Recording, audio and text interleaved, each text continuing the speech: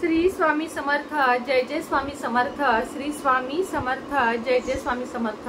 श्री स्वामी समर्थ महाराजांच्या नामस्मरणाने आजच्या व्हिडिओला सुरुवात करूया।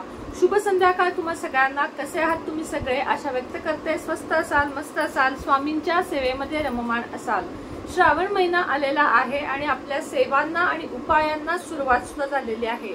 श्रावण महिन्यात तुम्ही जे काही उपाय किंवा सेवा कराल त्या फळास निश्चितच जातात, कारण महादेव हे लगेचच प्रसन्न होणारे असे एकमेव देव आहेत की ज्यांना खूप मनवावे लागत नाही किंवा खूप काही तपस्या वगैरे महादेवांसाठी कराव्या लागत नाही, तर अगदी छोट्या छोट्या गोष्टींमुळे महादेव प्रसन्न होतात। जसं की पाणी, बेलपत्र, पंचामृत, दही, बर्फ, उसाचा रस अशा अनेक गोष्टी आहेत ज्याने ते प्रसन्न होतात। मध, दूध अशा अनेक गोष्टी आहेत। त्यातलेच काही उपाय बेलपत्राचे तुम्हाला आज मी सांगणार आहे। बेलपत्र अगदी विकत घ्यायला गेलो तर 10 रुपयाला मिळतो। फार खर्चिक उपाय कधीही मी सांगत नाही, अगदी साधे सोपे उपाय आहेत, कोणीही करू शकाल। मुले, मुली, महिला, स्त्रिया, पुरुष सगळ्यांनी करण्यासारखे उपाय आहेत आणि श्रावण महिन्यातच सुरुवात करायची आहे, कोणत्याही सोमवारपासून। म्हणजे आता आजचा सोमवार गेला, पुढच्या सोमवारपासून तुम्ही हे उपाय चालू करू शकता। उपाय करताना संकल्प करायचा की 5 सोमवार, 7 सोमवार किंवा 11 सोमवार मी हा उपाय करेन, माझी ही अमुक अमुक इच्छा पूर्ण होऊ दे। मग ती कोणती असेल त्याप्रमाणे तो उपाय तुम्हाला करायचा आहे। संकल्प करताना हातात अक्षता, पाणी, विड्याचं पान, सुपारी घ्यायचं आहे आणि आपलं नाव बोलायचं आहे, गोत्र बोलायचं आहे। गोत्र माहिती नसेल तर काश्यप गोत्र असं म्हणायचं आहे। तुमचं राहण्याचं ठिकाण आणि तुमची इच्छा बोलायची आहे आणि ते बोलून झालं की उजव्या हातावर पाणी सोडून तामणात ते सगळं सोडायचं आहे आणि ते झाडाला घालायचं आहे।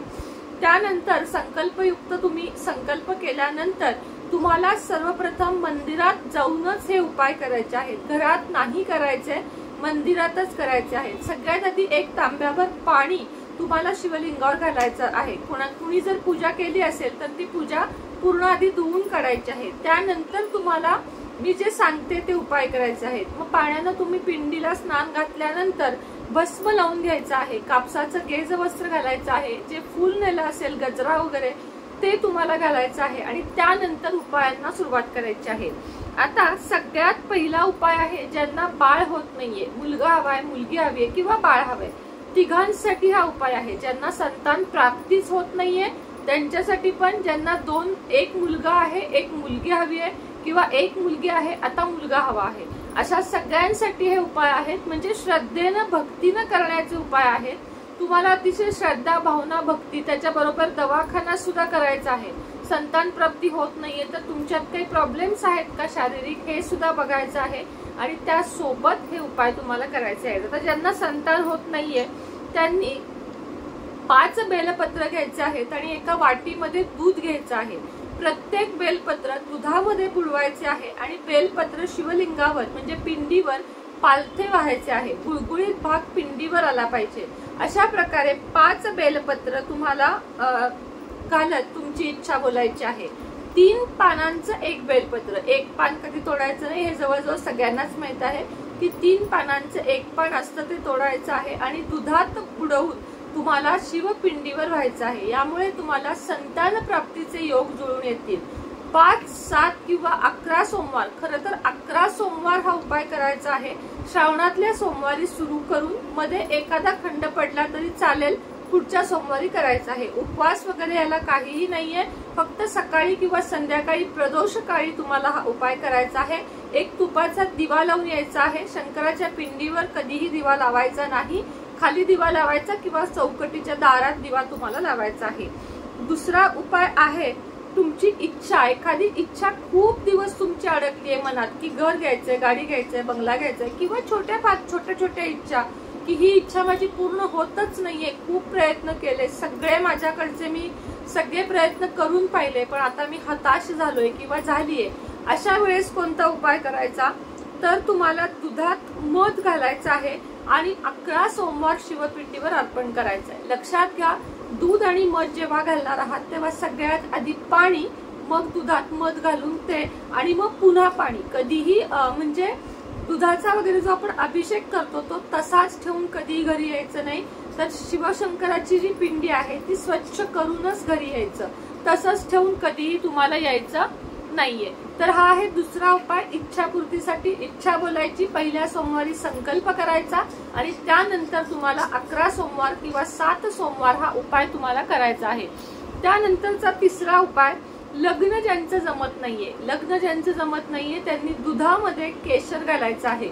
दुधामध्ये केशराच्या 2 काड्या घालायच्या आहेत आणि स्टीलच्या किंवा चांदीच्या फुलपात्र्यामध्ये दूध न्यायचं आहे, किंवा स्टीलच्या बाटलीत किंवा काचेच्या बाटलीत दूध न्यायचं आहे। तांब्याच्या भांड्यात दूध न्यायचं नाही, त्याचं विष बनतं असं म्हटलं जातं।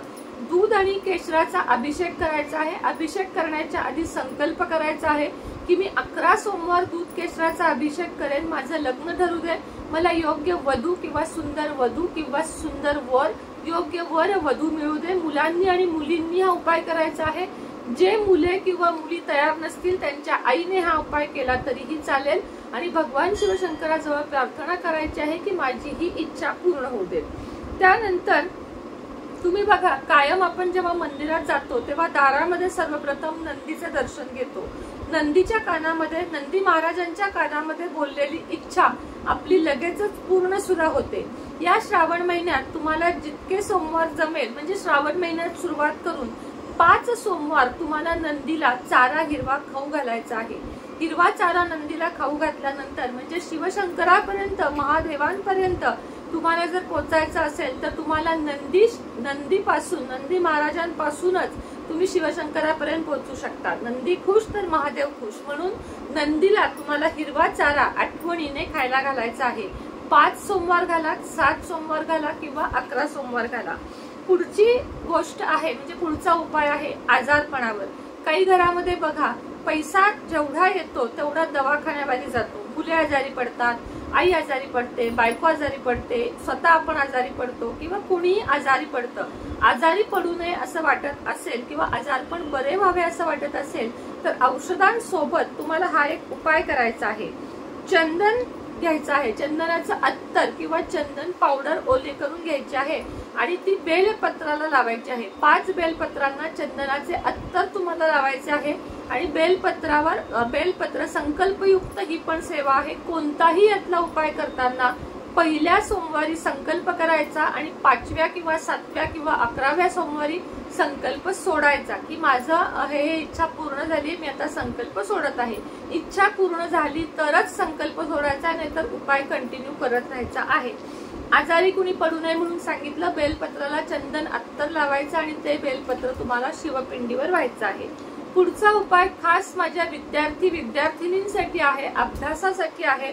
बेलपत्राला मध लावायचा आहे। बेलपत्राची जी पालथी बाजू असते, म्हणजे सरळ बाजू असते, त्याला मध लावायचा आहे आणि 7 सोमवार मुलांनी हा बेलपत्र किंवा मुलींनी हा बेलपत्र तुम्हाला शिवपिंडीवर व्हायचा आहे। श्रावणापासून सुरुवात करायची, 7 सोमवार तुम्हाला हा उपाय करायचा आहे। बघा, तुम्हाला जर तुम्ही कष्ट घेतले तर अभ्यासात भरपूर यश येऊन तुमची प्रगती होण्यापासून तुम्हाला कोणीही रोखू शकणार नाही। आता पुढचा उपाय आहे संकटे। खूप संकटे येत आहेत, काय करू सुचत नाहीये, एका मागोमाग एक घरावर संकट येत आहे। अशा वेळेस काय करावं तर 5 बेलपत्र तुम्हाला घ्यायचे आहेत। 5 बेलपत्रावर चंदनाचा टिळा लावायचा आहे आणि त्यानंतर तुम्हाला 1 बेलपत्र नंदीला व्हायचं आहे, 3 बेलपत्र पिंडीवर व्हायचे आहेत आणि 1 अशोक सुंदरी म्हणजे जी निमुळती जागा असते त्या ठिकाणी 1 बेलपत्र तुम्हाला व्हायचं आहे आणि तुमची इच्छा किंवा हे माझं संकट दूर होऊ दे असं तुम्हाला बोलायचं आहे। हा झाला संकटांसाठी उपाय। ती संकट कोणत्याही प्रकारची असू शकतात, शत्रूवर विजय मिळवण्यासाठी असू शकतात, कर्ज संपण्यासाठी असू शकतात, आरोग्य चांगले होण्यासाठी, म्हणजे संकटचा अर्थ तुम्हाला कळत असेल की माझ्यावर हे संकट आले आणि हे दूर व्हावं यासाठी तुम्हाला हे उपाय करायचे आहेत। पैसा कोणाला नको आहे सांगा, सगळ्यांनाच हवा आहे, कारण पैशाशिवाय आपण जगू शकत नाही, पैशाशिवाय अन्न खाऊ शकत नाही, पैशाशिवाय शिक्षण मुलांना घेऊ शकत नाही आणि पैशाशिवाय आपलं काहीच चालू शकत नाही। अगदी भाड्याच्या घरात राहिलो तरी भाडं भरण्यापुरते आणि जेवणापुरते पैसे तरी आपल्याला कमवायचेच असतात। सुखी आयुष्य कुणाला नको आहे, काय करायचंय सांगते। 5 बेलपत्र तुम्हाला न्यायचे आहेत किंवा जास्त झालेत तरी चालतील। शिवशंकरावर ओम नमः शिवाय म्हणत तुम्हाला हे बेलपत्र चढवायचे आहेत आणि त्यातलेच 2 बेलपत्र घरी घेऊन यायचे आहेत। हा सुद्धा उपाय 5 सोमवार, 7 सोमवार किंवा 11 सोमवार करायचा आहे। पहिल्या सोमवारी संकल्प करायचा आहे की माझ्या घरात भरपूर सुख समृद्धी आणि पैसा येऊ देत. 2-3 बेलपत्र घरी आणायचे आणि तिजोरीमध्ये जिथे आपण पैसा ठेवतो त्या ठिकाणी तुम्हाला ते बेलपत्र ठेवायचे आहेत. तुमच्या घरामध्ये पुढच्या वर्षीपर्यंत हे बेलपत्र ठेवायचे आहेत. तुमच्या घरामध्ये भरपूर सुख समृद्धी, धनधान्य आणि आरोग्य, आयुष्य सगळं काही तुम्हाला लाभेल. तर असे होते बेलपत्राचे 9 उपाय जे तुम्हाला करायचे आहेत. तुमच्या गरजेनुसार सगळे केले तरी चालतील, गरजेनुसार केले तरी चालतील. कोणताही उपाय करताना मनात श्रद्धा, भक्ती, विश्वास हवा. विचार तुम्ही होकारार्थीच करायचे आहेत, तरच कोणती इच्छा पूर्ण होईल. श्री स्वामी समर्थ. ओम नमः शिवाय.